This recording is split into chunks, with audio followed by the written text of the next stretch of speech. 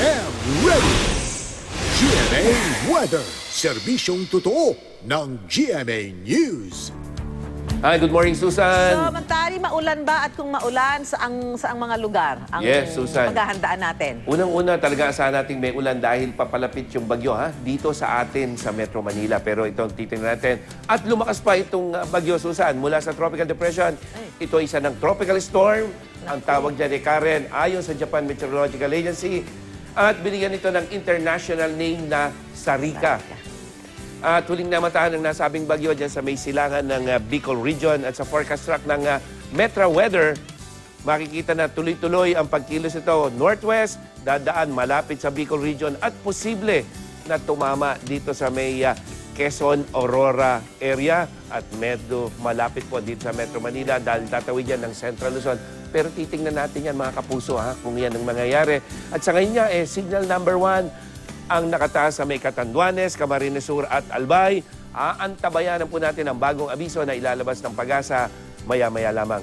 Pero sa ngayon, ang mga pagulan dahil papalapit ang bagyo dito sa may Bicol Region at Eastern Visayas, yan ang makakaranas ngayon ng mga pagulan at malalakas na hangin lalong-lalo na dito sa may Bicol Region.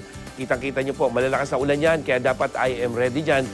Sa ibang bahagi ng Southern Luzon, may mga pagulan pa rin pero hindi kasing lakas ng mararanasan din sa may Bicol Region. Gayon din sa may natitirang bahagi ng Visayas, may mga pag-ulan pa rin po. At sa Northern at Central Luzon, malayo pa yung rain ban ng bagyo kaya maaliwalas ang panahon ng aasahan.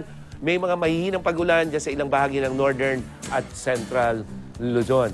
At sa iba pang bahagi ng Visayas, walang masyadong may mga pagulan. Dito sa Mindanao, sa hapon makakaranas sa mga pagulan. Zamboanga Peninsula, dito sa may Northern Mindanao, Caraga Region, at dyan sa may Davao Region. At dito sa Metro Manila, may tsansa ng ulan mga kapuso, lalong-lalo sa hapon. Pero hindi pa ito epekto nitong bagyong Karen na papalapit dito sa may Bicol Region, Susan. Amantani, anong lugar ang makakaasa sa masungit na panahon sa weekend? Metro Manila ba kasama? O yung mga Batangas, Quezon, Cavite, yan, Laguna.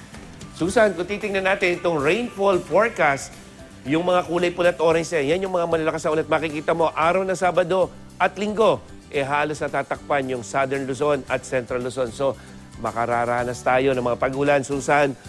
Sabado, mas matindi kapag Linggo at Lunes yan. Kaya magiging medyo makulimlim at may ulan ang ating weekend. Metro Manila, Southern Luzon at dyan sa may Bicol Region.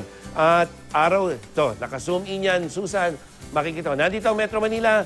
So inaasahan natin, natatakpan ng pula at ube yung ating Central at Northern Luzon, Central at Southern Luzon dahil dito dadaan yung bagyo. Kaya ngayon pa lamang, planuhin na po ninyo yung inyong magiging weekend na lakad dahil masungit ang panahon lalo na sa may Central Luzon at maulan dito sa may Southern Luzon, Susan. Okay, maraming salamat, Mantani, ang ating GMA resident meteorologist.